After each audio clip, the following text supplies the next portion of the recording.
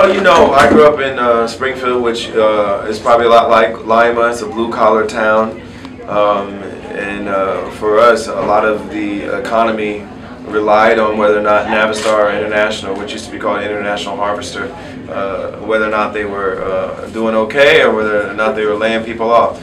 So as I grew up, my father had to work different shifts. The plant got shut down sometimes. He got laid off sometimes, and temporarily was on unemployment. So I understand what it's like to be in a situation where your livelihood depends on whether or not the industry is doing okay.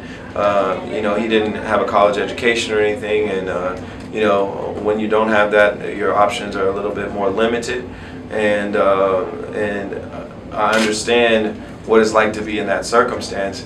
And I also understand that we need politicians in Washington and in our state houses that are looking out for those folks. Our middle class, our working class is really under siege in this country, and it has been for decades now. And part of it has to do with globalization. Part of it has to do with some of the policies that our politicians have enacted over the years. And so we need someone in the White House that is an advocate for the working class and for the middle class and cares about their concerns and is in office to help extend the American dream to everyone. The idea that if you work hard, if you play by the rules, that there's an opportunity for you to be successful in this country. And I believe in President Obama's agenda because I believe he has the people in mind when he's crafting his policies, and he honestly wants to see our working class thrive and succeed in this country. We know that where there's a will, there's a way. And we have an opportunity to vote, and our ancestors fought a lot harder to vote than having to go to get an ID.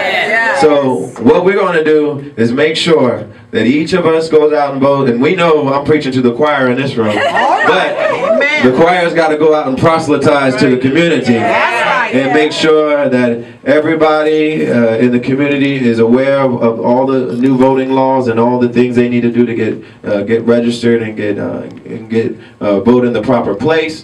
And we're going to go out there and go door to door. We're going to call people. We're going to do whatever we need to do because we can't take Ohio for granted.